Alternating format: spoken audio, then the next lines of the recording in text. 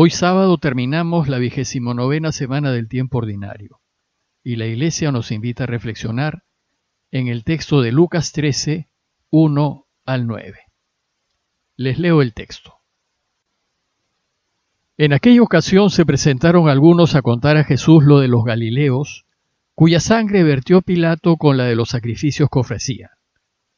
Jesús les contestó: ¿Piensan que esos Galileos eran más pecadores que los demás Galileos porque acabaron así?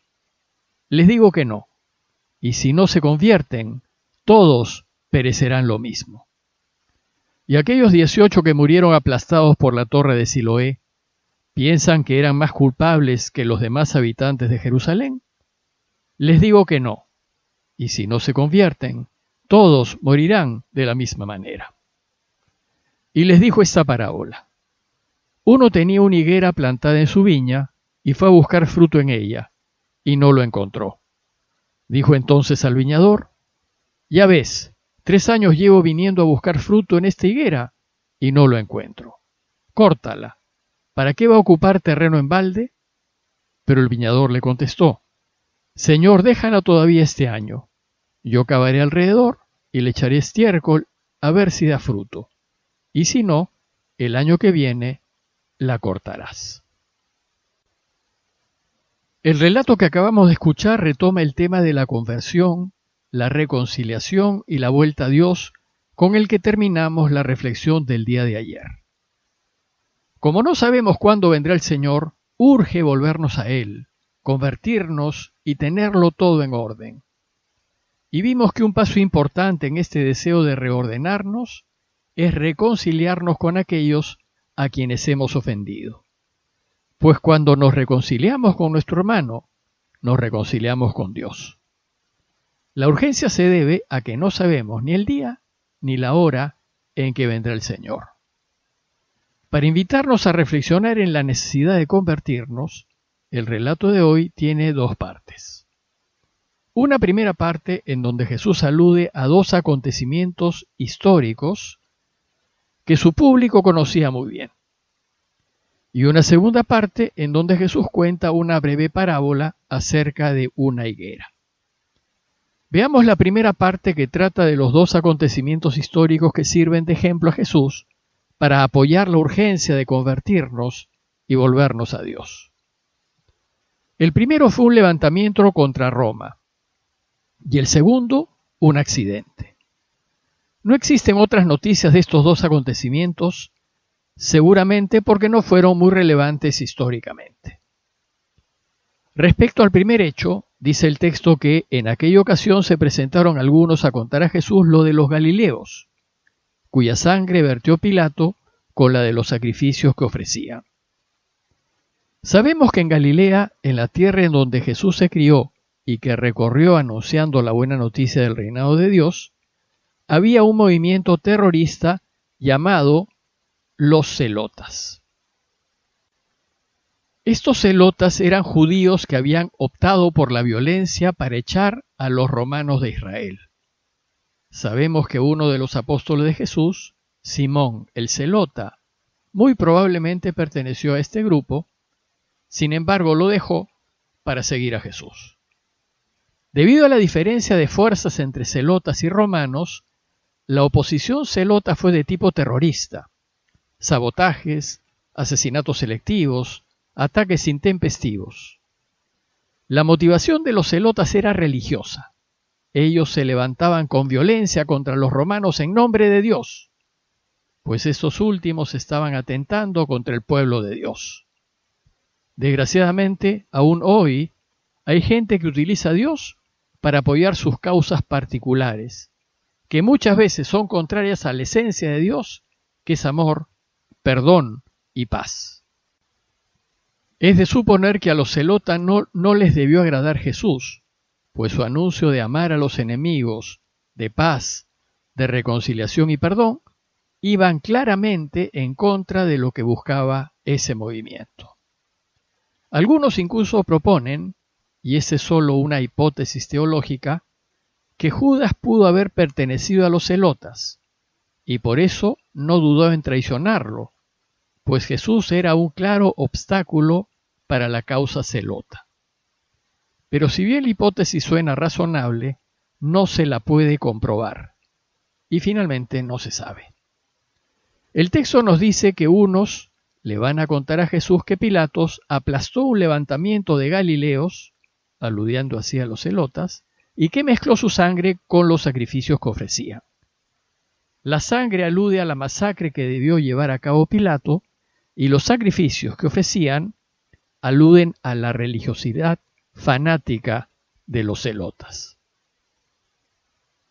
Jesús entonces aprovecha este incidente para enseñar diciendo: ¿piensan ustedes que estos galileos eran más pecadores que los demás galileos porque acabaron así? ¿Creen ustedes que porque la muerte de esos galileos fue terrible, ellos debieron ser más pecadores? Y peor, ¿acaso piensan que la muerte de estas personas es un castigo divino? Jesús nos enseña que no hay relación entre el modo de morir y la culpabilidad de quien muere.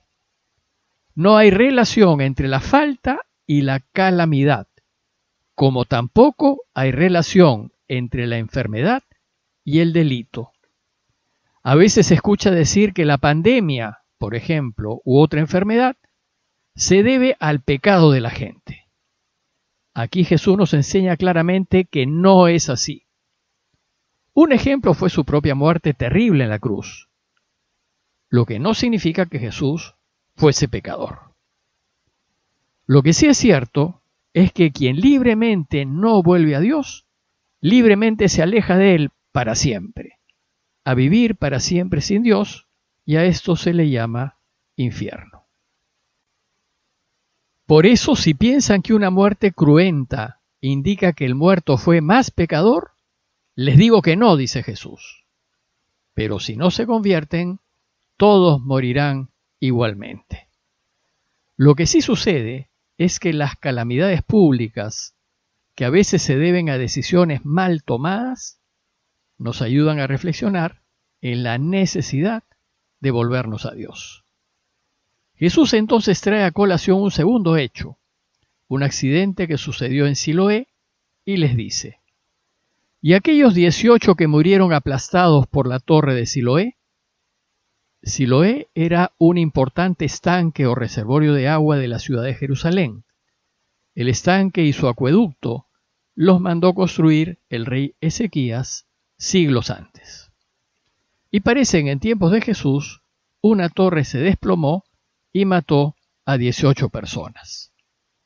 Jesús les recuerda ese accidente para enseñarles que la manera de morir no es señal de culpabilidad de quien fallece. Y por eso les dice: ¿acaso piensan que los que murieron eran más culpables que los demás habitantes de Jerusalén? Les digo que no, dice Jesús, pues no hay relación entre la enfermedad y el pecado, ni entre la forma de morir y el pecado. Sin embargo, quien vive en el pecado, él mismo, porque no quiere cambiar, se está condenando a morir, es decir, a vivir para siempre sin Dios. Por eso dice Jesús: si no se convierten, todos perecerán de la misma manera. En conclusión, los desastres o la violencia no son un castigo para los culpables. La injusticia de la sociedad es obra de todos, y cada uno de nosotros está llamado a vivir en la justicia a fin de cambiar esta situación. Por tanto, hay que convertirse, hay que cambiar de vida y hay que volver a Dios. En la segunda parte del relato de hoy, y por medio de una parábola, Jesús nos enseña que Dios es paciente y que nos esperará a que volvamos a Él. Pero el tiempo pasa y si no reaccionamos y lo hacemos ya, el día menos pensado llegará el Señor. Para enseñarnos esto, les dijo esta parábola. Uno tenía una higuera plantada en su viña y fue a buscar fruto en ella y no lo encontró. Dijo entonces al viñador: ya ves, 3 años llevo viniendo a buscar fruto en esta higuera y no lo encuentro. Córtala. ¿Para qué va a ocupar terreno en balde? Pero el viñador le contestó: Señor, déjala todavía este año y yo cavaré alrededor y le echaré estiércol, a ver si da fruto. y si no, el año que viene la cortarás. Esta parábola está llena de simbolismos y enseñanzas. La viña, como suele suceder, representa al pueblo de Israel, y el dueño de la viña es Dios. Sucede que en la viña hay una higuera que nos representa a cada uno de nosotros, pero también representa la institución político-religiosa judía que no se preocupaba de la gente, sino de ellos mismos. Y esta higuera no ha dado fruto, pues en lugar de trabajar para que todos vivan y vuelvan a Dios, cada quien se preocupa de sí mismo sin importarle los demás. Entonces Dios decide cortar a la higuera inútil. Ya ves, le dice al viñador, 3 años llevo viniendo a buscar fruto en esta higuera y no lo encuentro. Córtala. ¿Para qué va a ocupar terreno en balde? ¿O para qué seguir gastando en fertilizantes, abono y agua inútilmente? El viñador aquí representa a Jesús. Y los 3 años de los que habla el dueño pueden aludir a la duración del ministerio público de Jesús, según Juan. 3 años ha estado Jesús anunciando la necesidad de convertirnos y volvernos a Dios para que Él pueda reinar. Pero en ese tiempo la higuera no ha reaccionado. Entonces Jesús aboga por su pueblo. Señor, déjala todavía este año y yo cavaré alrededor y le echaré estiércol a ver si da fruto. Y si no, el año que viene la cortarás. Estamos pues en este año que Jesús ha pedido a su Padre para que podamos convertirnos y volver a Él. Es decir, vivimos en el tiempo de la paciencia de Dios. Y es el tiempo que nos queda de vida. Y Dios accede, pues es paciente y nos da muchas oportunidades para que nos convirtamos. Pero no podemos aprovecharnos de su bondad. Tenemos que poner de nuestra parte. En conclusión, en todas las enseñanzas anteriores ya hemos escuchado lo que tenemos que hacer y cómo tenemos que vivir como Jesús nos propone. Y eso supone cambiar de vida y vivir a la luz de Dios. En el relato de hoy Jesús nos invita claramente a la conversión, a no solo llamarnos cristianos, sino a vivir como verdaderos cristianos, pues no hay tiempo que perder. Si lo hacemos, lo que nos quede de vida se verá iluminado y después volveremos a Él. Pidámosle pues a Dios por la conversión del mundo, empezando por nosotros, para que pueda reinar definitivamente. Parroquia de Fátima, Miraflores, Lima.